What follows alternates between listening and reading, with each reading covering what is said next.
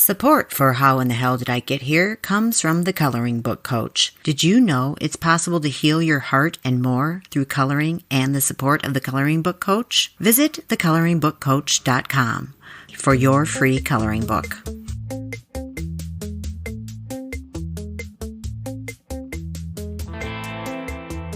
In these times of quarantine and social and physical distancing and all that's going on, I'm not going to lie, it's been tough for me. And I'm sure for anyone who can't be with the people they love most when a loved one passes. In our case, this is what happened when Crazy Larry, also known as Dad, died last month on March 25th.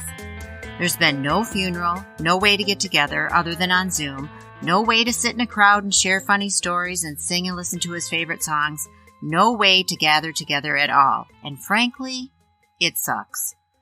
If you've heard any of these stories before now, you know that Crazy Larry earned his name for a reason. We also called him Yosemite Sam, and as much as we loved him and put up with him, he was a complicated person and a bit of a loose cannon. You just never knew who you were going to get with him, which kept all of us on our toes. Since today would have been Crazy Larry's 80th birthday, and in honor of him, we've pulled together this collection of stories for your listening enjoyment. This is Kim A. Floden, and you're listening to How in the Hell Did I Get Here? As usual, this episode includes swear words. Stay with us, people.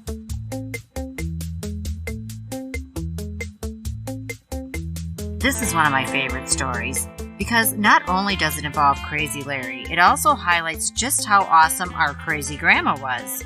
And it's got all the elements of a good story. Ice picks, motorcycles, a trip to the emergency room, a trip to jail, baked beans, and bank robbers. You have to hear it to believe it. Grandma was in fine form at this party, so I was there with husband number one, and I remember I was sitting at the picnic table drinking a beer, and every time I picked up the beer, it would dribble down my shirt. And I'm like, what the hell? Like, after the third time, and Grandma was sitting there, he was losing it. Every time that would happen to me, she would just laugh her ass off. And I'm like, all right, what is going on here? So finally, after like the fourth time, and I'm like, more beer on me than in me, she opens up her purse and pulls out an ice pick. And she's like, everybody has to keep one of these in their purse for, those moments when you can poke a hole in someone's beer. And I'm like, what? First of all, you are a crazy grandma. And second of all, I'm your grandkid. Do it on some crony in a bar. So anyway, so Dad was there, Larry was there, and he came over on his motorcycle. But when he left, he took a bunch of Grandma's baked beans in his side bags. So he leaves to drive back home. Okay. And now the visual is like a side bag with beans just dumped into it. But you're going to want to know this for later. So about, half hour goes by. All of a sudden, someone comes and gets me, and they're with the phone, and they're like, your dad's at the hospital. He had an accident on the motorcycle. And I was like, oh, okay. So and I and Grandma all go to get him at the hospital. And he was fine. This is the night I learned about if you're in an accident, you want to stay limp as you can upon impact, because that'll help you from like hurting yourself, because that's what he claimed he did. Someone cut him off. He hit a curb and he literally flew. Like, I think he skidded in on his head because he said the helmet dug a trail in the dirt. But he's like, I just knew I had to stay limp on impact. And all I could think was, oh my God, the Grandma's baked beans are in my bags. They probably saved his life. I don't know. So all this is going on. He's getting checked out. He's fine, but he's not really fine because dun, dun, dun, there's two cops outside waiting to take him into custody. Yeah. And I don't really know what I can't remember what he was being taken into custody for. But the next thing we know, we're going from the hospital to the jail with Grandma. So as we're walking in, Grandma's like, well, at least we're going in this door. You don't want to be going in the door over there. And I'm like, why? She goes, well, you go in that door, you're not coming back out. And I'm like, oh, okay. And she's like, I've got friends in here, and I'm like, oh, I'm sure you do. She goes, I ever tell you that story about the night I was harboring the fugitives in my house when the cops came around? I'm like, what? And she's like, oh, yeah, dumb shits. Doesn't this just sound like grandma? Yep. Mm-hmm. Oh, yeah, dumb shits. They robbed the bank and then they didn't know what to do, so they were holed up at my place. And I'm like, what? And she goes, yeah, and the cops called me and I said, oh, no, I haven't seen them. I don't know where they are. Yeah, the dumb shits. She's like, they're sitting in my living room playing cards. And I'm like, oh, grandma. So she said, I got off the phone and I said, well, they're on to you. You better take off. So she said they hid in the woods across from my house for a few days. I bring them over food till they figured out what they were going to do. And I think they maybe were in the jail now because that's what triggered the whole thing. I've got friends. I have a vague memory of hearing that story about my God. In the basement. Yeah. So yeah, I had to bail Dad out and we had to give him a ride home. But the whole thing from top to bottom was nuts. You left out now. So when you bailed Dad out of jail, was he covered in baked beans? No, he was not covered in baked beans. Can't remember. I think he was very concerned about that we get the saddlebags off the bike because he didn't want to, leave the beans on the bike because the bike was totaled, I think.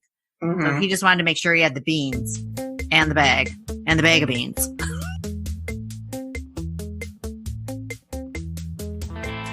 This short story comes from our weddings episodes, which we recorded in June of 2019 with Linz Florin, wedding disc jockey extraordinaire.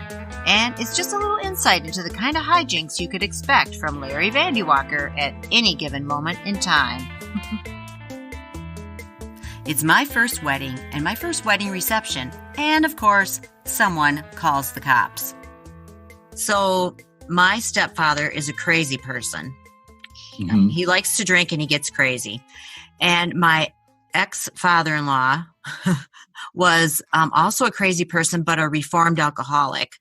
And so at our wedding, everyone was staying at like a Holiday Inn or something, but we weren't staying there. And my ex-father-in-law and mother-in-law had a room around the pool. So the next morning when we get back from where we had been staying, we meet up with everybody. And my ex-father-in-law is like, oh, God damn it, in the middle of the night, I had to call the cops because some asshole jumped in the pool. And so I'm like, oh my God, no, really? Yeah. So then I'm only with my in-laws at this point. So then I run into my own family and my stepdad's like, does anyone have a blow dryer? I've got to get these shoes dried out. I'm like, what happened to your shoes from the tux? And he's like, well, he was the asshole that jumped in the pool. So the marriage started off with my father-in-law calling the cops on my stepfather. It was a great start. Amazing. Yeah.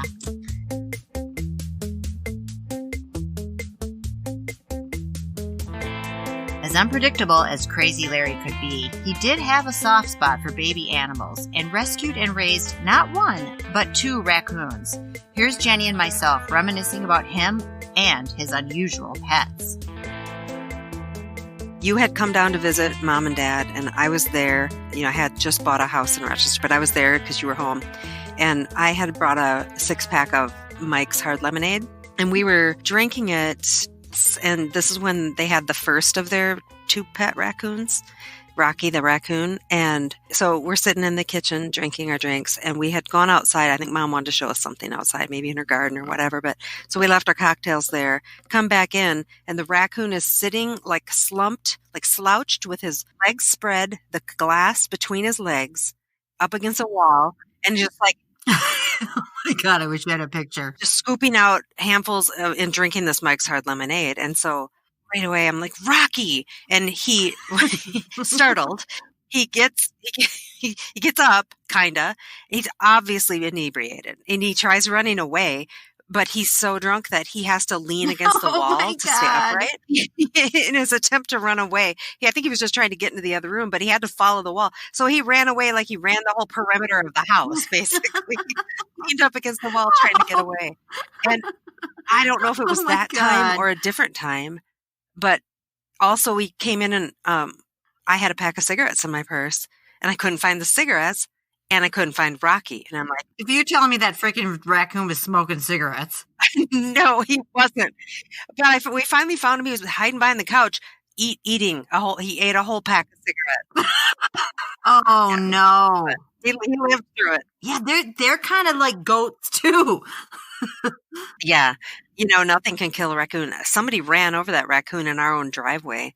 Is that how he passed? I was wondering what happened to poor Rocky. Nope, he didn't die that way? No, he didn't. He wasn't even hurt. I think it just ran over his head, and their heads are like concrete. Oh my God. Whatever happened to him? He maybe just wandered off one day because, the hormones. It's not like he was neutered. He probably just took off one day to sow his wild oats. Yeah, I think that's what happened to the other one too. What was the second one's name? I'm pretty sure it was also Rocky. Rocky 2. Right. Yep. Insert theme music here. We've never double named pets before, as far as I know. Yeah, Dad and that raccoon. He loved that. The second one, particularly. Well, it saved his life. Well, from what I understood of the second raccoon is the one, he was leaving the farm and he saw it on the side of the road. The mom was dead. He picked it up and took the raccoon home and, then raised it as his own. And then he was out on the farm on your tractor, clearing a path or something. And the raccoon was like on his shoulder, but it climbed up over his head and like either pushed his hat down or got up over it. He couldn't see anyway. So he was on the tractor. The tractor is moving. The raccoon is like, he can't see. And so he comes to an abrupt stop. And as he did, a huge branch fell out of the tree. And he said if he hadn't, if that raccoon hadn't made him stop right then, he probably would have been killed. And the raccoon. Yeah. Yeah. So it was like he saved the raccoon and the raccoon saved him. I mean, yeah. And he freaking loved that raccoon. I remember because he and Mom came in to visit shortly after the raccoon had run off. And he showed me his arms and they looked like he had been attacked. And I was like, what the hell happened to you? He's like, and he teared up. He was like, that's the last time he got me. Well, and he was on blood thinners too by the time they had the second one. So it was like not a good. Yeah. I mean, it wasn't a good combination. No. It was but he was like, it's the last time he got me. I'm like, oh my God.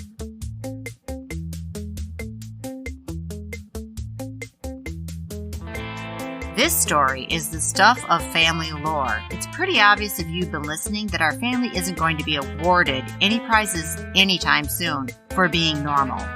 No. And this classic story illustrates that perfectly. Warning, there is a gunshot wound in this story, but it all turns out for the best, and it's actually a damn funny story. We'll let Jenny tell the tale. This was when I was about 21, I think. I was finishing maybe 23. I was finishing my degree, either living at Mom and Dad's while I finished it and driving back and forth to college, or I was just there visiting. I don't really remember exactly, but I'd come home that evening and Mom wasn't home, but I think it was Pickles, their cat. Pickles was very pregnant and she looked like she was starting to try to nest. So I went and got a box from the grocery store, brought it home, and I had this box sitting in the kitchen and Pickles was in it and I put some old towels in it. And she was just kind of in there digging around, trying to get comfortable. And Dad comes into the kitchen for whatever reason, I cannot tell you, with a BB gun that he's just cranking as he's walking into the kitchen. Just crank, crank, crank. Oh my gosh. Now explain the layout of the kitchen a little bit too, because that's kind of germane to the story. There's the door from the living room, the main area of the kitchen with an island and counters. And then on the other side of that, there's a raised dining room. And the cat's in a box on the floor in the raised area. So the raised floor is about equal with the height of the counters in the island. Yeah, probably about 3 feet off the floor. So he walks in just cranking the gun, and I'm not really paying attention because that's not unusual behavior for Larry. Right, exactly. So you're like, okay, just another day in the life. Exactly. So I'm just doing whatever. And then I think I had been making a cup of coffee, and I see him doing that. And then kind of at the last minute, he stops pumping the thing and he pulls it up like he's taking aim. And I realize almost like as it's happening, he's taking aim at what he thinks is an empty cardboard box. I don't know if I jumped out and dove across the kitchen like a superhero, but I know I did try to get between him and the cat, but I just put my arms out and I'm like, wait, the cat's in the box. And somewhere in that sentence, I feel like I feel my hand like kind of slam down, and I look and the blood is just gushing out of my hand in the area. Oh my God. Yeah, the area between where the index finger and the thumb come together, kind of that V in there, that's where there's a puncture in there. But it didn't come out the other side. Great. So, and now I react just a little bit in shock, like I'm just stunned. And then, Well, okay, let's back this story up a little bit. Who the hell would it be stunned? You're in your parents' kitchen making a cup of coffee, and your dad comes in and takes aim at a box, and you have to stop the bullet. Right. Oh, I think stunned is kind of a mild reaction. I'm looking at my scar as we say this, but Dad's obviously all of a sudden stunned too, and just freaked out, and I'm sure full of guilt, like what the fuck did I do now? Right. Which is a common feeling for him, I think. And so whatever happens in the immediate time frame there, we end up going down to, it's about 5:30 at night. Doc Risser is still in the office, right? For decades, he had his office down like 2-3 blocks from where we grew up. So we go down there and he does an x-ray. We just wanted to know, like, where's the BB? And sure enough, it's lodged like right where the bones come together. And he goes, we're going to have to get that out of there. You can't leave that in there. It's a bad spot. But he's not the one to do it. You know, oh no, I've got a scar on my toe from him that looks like Frankenstein. Yeah. Well, and at this point, he's probably 80 years old, but still. I think he was always 80. Yeah, true. So we load up and we go to like the county hospital. They have an emergency room. We get there. By now, my hand is pulsing with pain. I'm crying in pain. The doctor comes in and he x-rays it again. Like, I think I can get this. So he numbs my hand up, starts digging around in there with whatever tools. I know one of them was like a curved scissor thing, and another one was like a big tweezer thing. So that he's digging and trying to get it. He's getting very frustrated. He asked the nurse to go get the big magnets they use to get metal out of like eye injuries. She goes and she comes back, and it's been a long time. She can't find the magnet. So she tells him this and he gets super pissed. He does not have a good bedside manner to begin with. I mean, he just kind of unloads on her in an unprofessional manner. It wasn't yelling, but he was just very frustrated. Yeah, it was uncomfortable for all of us. So he goes, well, here's what we're going to do. I don't know exactly how close I am with these tools to the BB, so we're going to image it again. So they do another x-ray. This time it's my hand with the tools in the flesh hanging out of my hand. You should see if you can get that and have that framed. That'd be a cool picture. Yeah, I did have it at the time. I have no idea where it is now. But yeah, so in the x-ray image, which of course is 2D, it looks like he's really close. So he keeps digging and digging and digging. This went on for enough time that the pain medication is starting to wear off. And so I'm like, I think, I'd like you to stop. And then just as he does that, and he kind of starts bandaging my hand up, the nurse comes in and she said, the police are here and they need to talk to you. And Larry fucking loses it. So I should probably explain at this point. Larry already has a history with the police and gunplay. So this BB gun or not, this goes down as a GSW. In the ER, they're obligated to call the cops. Right. So they come in, they take us to separate rooms to get our sides of the story. And that part ends up being just fine because, lo and behold, we had matching stories. Thank God. I know, I'm like, this is my chance. Why I missed my chance. But yeah, so I tell the truth. He tells the truth. The cops close the book and they leave. The nurse is crying because so the doctor already unloaded on her. Now Larry really unloaded on her when she came in to say the cops were there. I mean, he Oh, the poor nurse. Jeez, nurse. If this lady is listening, please reach out. We'll send you flowers or something. Yeah. God, no kidding. They don't get paid enough for these kinds of things. No, not for these lunatic moments. So cops are gone. My hand is still not fixed. And in fact, it's quite a bit worse now because he's been digging in there for an hour, however long. Jeez Louise. So he goes, okay, what we're going to do, I'm going to send you to the St. Mary's Hospital where they have a hand expert on call. So I'm like, totally fine. Let's do this. So now it's probably 9:30, 10 o'clock at night. We get over there and it's a long time before somebody actually sees us. The Novocaine or whatever they use, lidocaine, whatever they use, has totally worn off now. Yeah. And my hand is throbbing with every heartbeat. It's just unbearable. And I just want it, I just want the pain under control. Finally, that guy comes over, he unwraps my hand. And my hand was swollen up to the size of in my mind, it was like the size of a football. My hand was the size of a football. So the guy takes one look at it and he goes, the damage is done here. Let's let your flesh essentially settle down and we'll schedule you to come back on, it was like 4 or 5 days later and they'll do surgery at that point and remove the BB and everything will be great. And I'm like, totally fine. So we get out of there, get home, and now it's 11 o'clock. I have to work the next morning. I worked at a hotel. I was like a hotel front desk clerk. They really bandaged my hand up more than they probably needed to because I remember it went all the way up to my elbow. Holy moly. Was it your right or left hand? It was my left hand. Thankfully, I'm right-handed. So that made everything okay for going to work.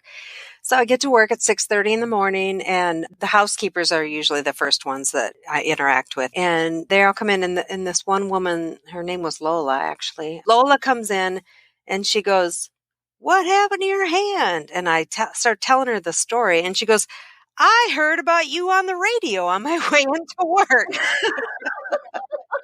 And I'm like, what? And she goes, it must be, like the news gets their stuff from the police reports.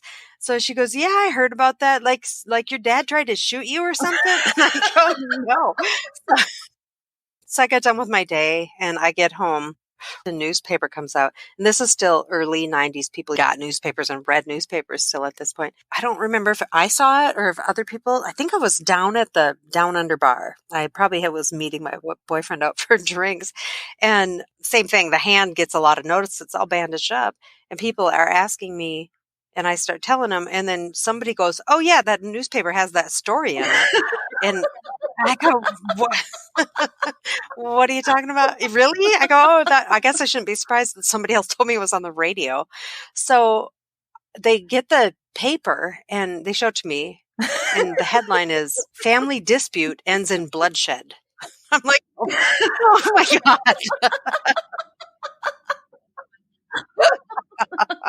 That is why I got a call from my in-laws and they were like, I remember I'm home. I get a call from them and they're like talking to me very gingerly. What's going on? And then they're like, well, we're so sorry that your dad shot your sister. And I'm like, what? My dad shot my sister? What are you talking about?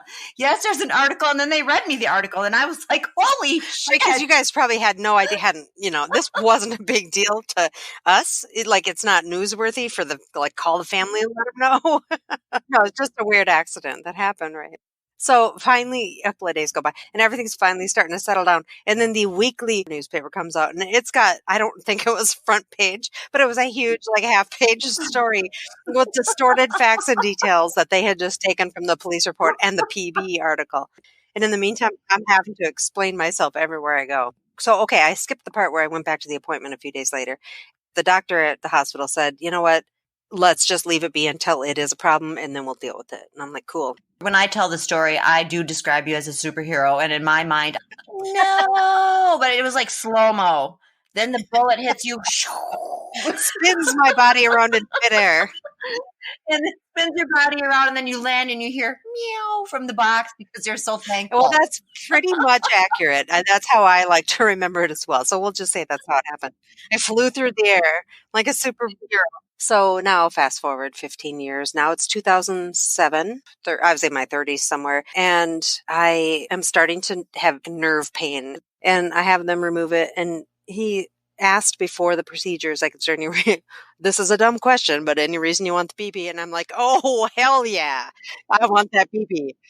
And he's like, I wasn't expecting that answer. Nobody usually wants whatever it is in their, in their body. Like, nope, I need this. And I want it in a nice little vial. So he gives it to me. And then Erin was having one of her big family Christmases. And that was the only thing I gave Larry for Christmas that year was the baby in the vial wrapped up in a jewelry box. We're just getting started with our favorite Crazy Larry stories. Stay tuned for more after the break. Hey, this is Kim, also known as the Coloring Book Coach. I just wanted to pop in here and say I hope you're doing well. And also, there are some great free coloring pages for you at thecoloringbookcoach.com. And I'm here for you if you need someone to talk to. Right now, I'm offering 20-minute intuitive sessions for just $40. I have the ability to tune into you and your life and provide quick assessment and advice for whatever might be going on. Here's a testimony from a recent client who says, Kim's reading was extremely informative and on target. She knew very specific information about my situation and has provided me with clear direction about next steps to take. She was extremely professional, empathetic, and kind. I highly recommend Kim. She truly has a gift with energy. So if you're interested in giving this a try, reach out to me at thecoloringbookcoach@gmail.com and let's talk. That's thecoloringbookcoach@gmail.com. Now back to Crazy Larry and his antics. What will he do next?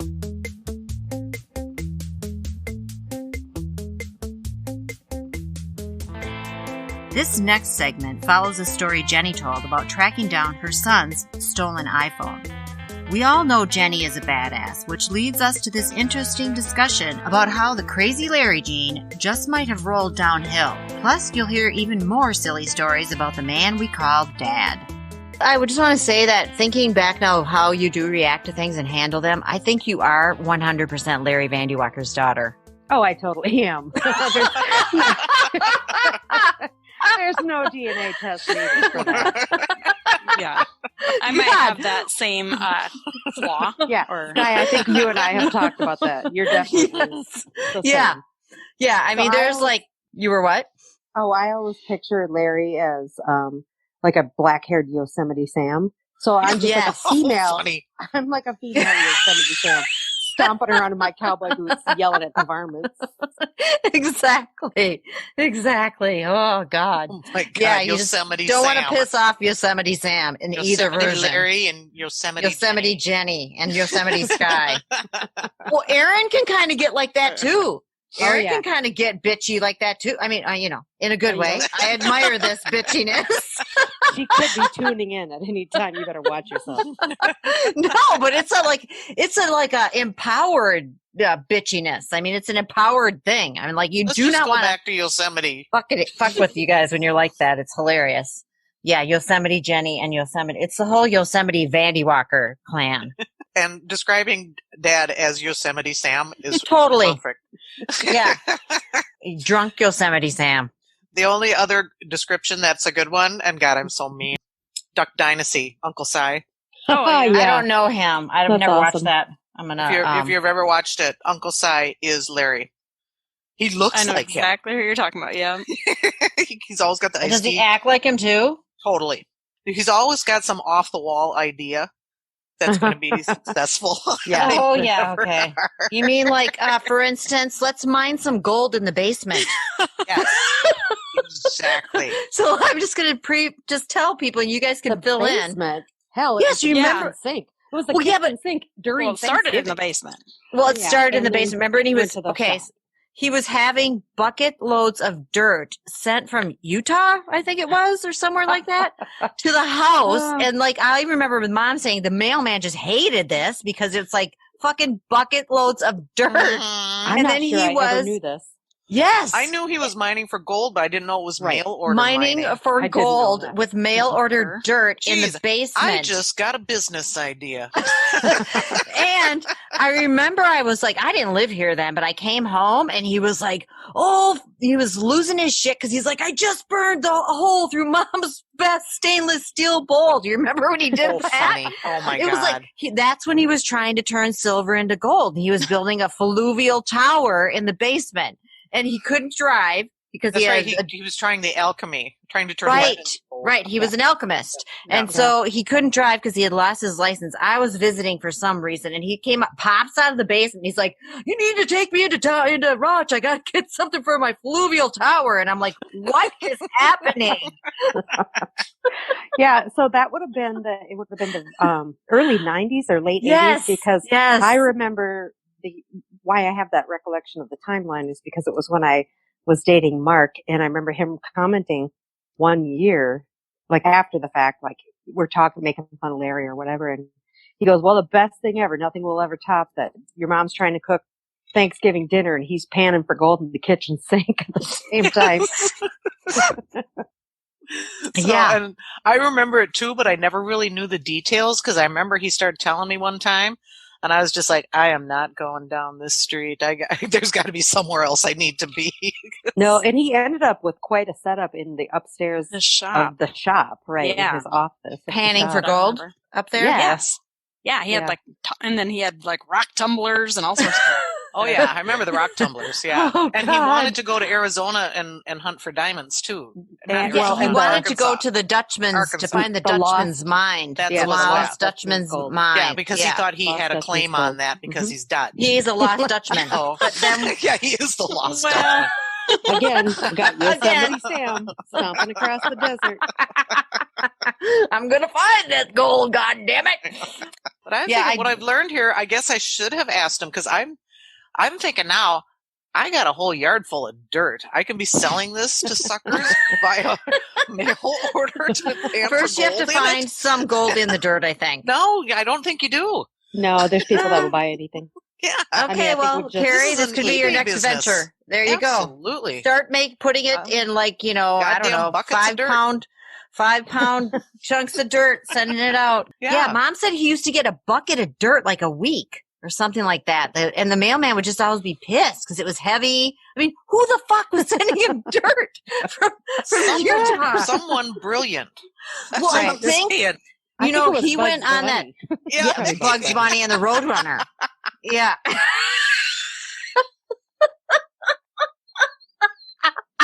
Oh my god. No, do you remember the Yeah. King of California? I loved that movie. So I good. did too. Michael Douglas, King of California. Recommend it for everybody. All Yeah, I it could was think really the whole good. time we were watching was That's our dad. about my dad. Yeah. Oh, exactly. Yeah. Kim, I think, Kim, you had recommended that to I me watched way- it first and I'm like, how did they know? Well, yeah, it was way back when you still got Netflix through the mail. How they cast Michael Douglas as our dad, I don't know. Right, it should have been somebody more I like haven't seen Yosemite Sam. Yosemite Sam. It should have been done in Although- cartoon. Pretty He- sure it's a cartoon. Yeah. He totally have you seen that movie, Sky? I mean, he No, totally but it's on my list now. encapsulates. It's like he shadowed Larry Vanderwalker to play the role. Honest to God, Yeah. he's fucking crazy, but you kind of want to believe him because he's Right. kind of Yeah. smart, Enthusiastic. enthusiastic. Yeah. He Sounds like believes we it should so be- much. Yeah, so we should be writing the sequel to it because we know Yeah. how Yeah. it Oh, goes. We yeah. are the We could call it the Crank of We Minnesota. are the sequel. Yeah, we are the sequels. Yeah, it was just like that. I mean, if he skip would have the thought there was generation. fucking gold underneath the Costco, he'd be there. God, yeah, Yeah. no.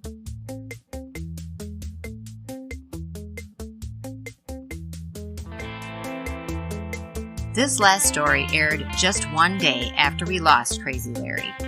Erin had actually reached out to me after missing the recording session with the other sisters the week before for the episode that we called Yosemite Sam's Daughters Don't Take No Guff. She wanted to correct a few things we'd gotten wrong, and of course, we remembered a few more classic stories about Larry. Little did we know that we were creating a memorial episode at the time of the recording, because he left us just a few days after this chat. So I'm just adding to the story of Yosemite Sam, King of California episode, because the sisters got it a little wrong with our Some of the father, details. with Yosemite Sam. So okay, so, and I totally can understand this because I have this thing with rocks. Oh, And I'm God. attracted So do to- I. And so do you.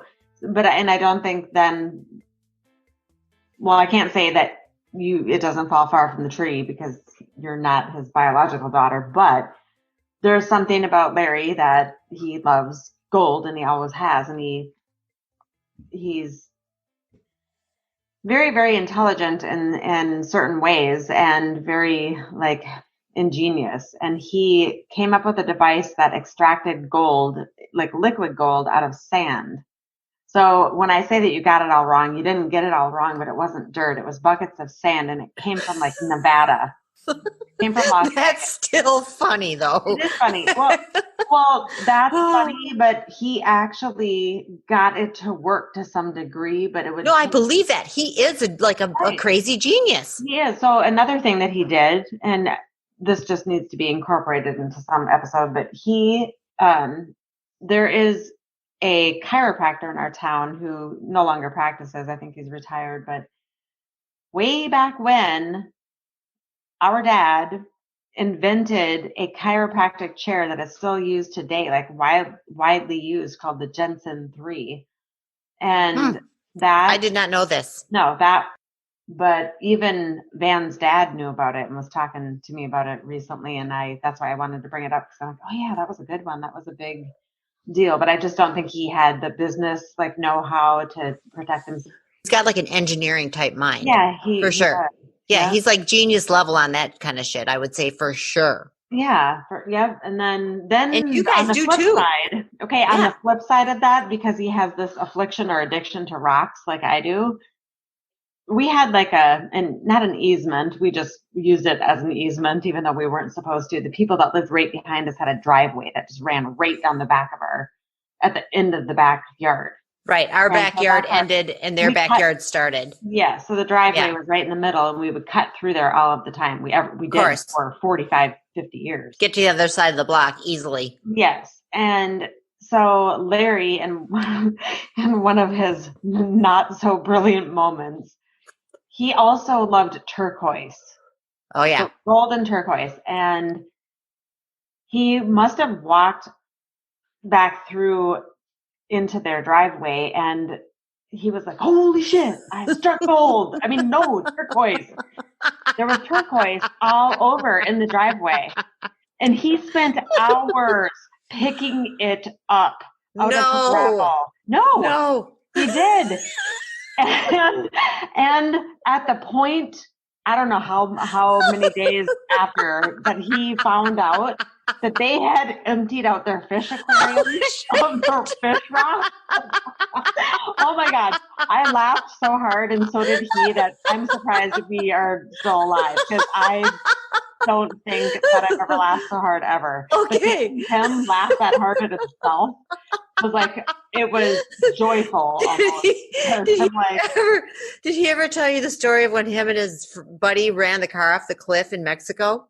Well, I heard about that story in a very, very delusional way when he was in the hospital, when there was a donkey named Dan. And I'm pretty sure this is the same story, only you got the real one. So let's hear it. I don't remember everything. I mean, it's like, honestly, I wish he was with it enough to come on and tell some of his stories. Cause I was thinking about this earlier. I'm like, he is an awesome storyteller. And then they got put in Mexican jail for like, I don't know how long. And they were like, and they both had different stories. Right. And one part I do remember, it was a brand new T-Bird, which is a convertible T-Bird. I don't even know where they got the car from. Was it from. named Dan? I don't know. I don't remember hearing about the donkey, but this is the part I remember. Cool. So they are like obviously out of their mind. Who the fuck knows? They're young, stupid, and probably drunk, right? And in Tijuana. And in Tijuana, and they decide that for whatever reason, they're going to run this brand new T-Bird off a cliff because they just think it's going to be cool. Okay, we can see a few things about our family right here. I'm thinking back to some things people have done in the name of like, oh, that might be cool. Anyway, so they rig it up so it's gonna go off the cliff, but their plan is that they're gonna act like they went down with it and survived. Maybe that was it. They were gonna be like big like heroes for surviving this grand. Who? There were no video cameras. Who the fuck knows? Well, okay. So before they run it off the cliff, they take turns like bashing themselves with rocks. Oh my God. Themselves up. Tim, I think he might have twisted this story up a little to make it sound not so bad. Because Like I said, driving the car off the cliff might be like a for something else that might have happened. I don't know, but so they beat themselves up and they like are all bloodied and battered. And then they ran it off and they put a rock on the thing and they let it go and it ran off the cliff. Like obviously there was no braking, there was no sign of braking or anything. So immediately they were suspected. Obviously they weren't beat up. Well, he said we were all scabbed up because we beat ourselves up. I know. It's like it was hard to feel sorry for him. Some of the things he got himself into, like when he walked off the ship and basically said, "Fuck you, motherfuckers," with his golf bag. Oh. Yeah. He walked off, I think it was in Pearl Harbor. No. Because he helped build Pearl Harbor. And something happened. Somebody pissed him off. And there's more to this story. And there was redemption at the end of it. Well, right. But he got put in the brig and he thought he was going to be killed. Right. Because he would not do something that the general or whomever was above him. Yeah, he didn't agree with it. Because it was wrong. He was exonerated just in the last 7 years by the VA. Oh, that's good. Because he was dishonorably discharged. Yes, but I just love I just love the vision of him with his golf bag walking off that ship because he was a good looking guy, in his navy whites. Fuck you. I'm going golfing. And he didn't come back. Oh, God.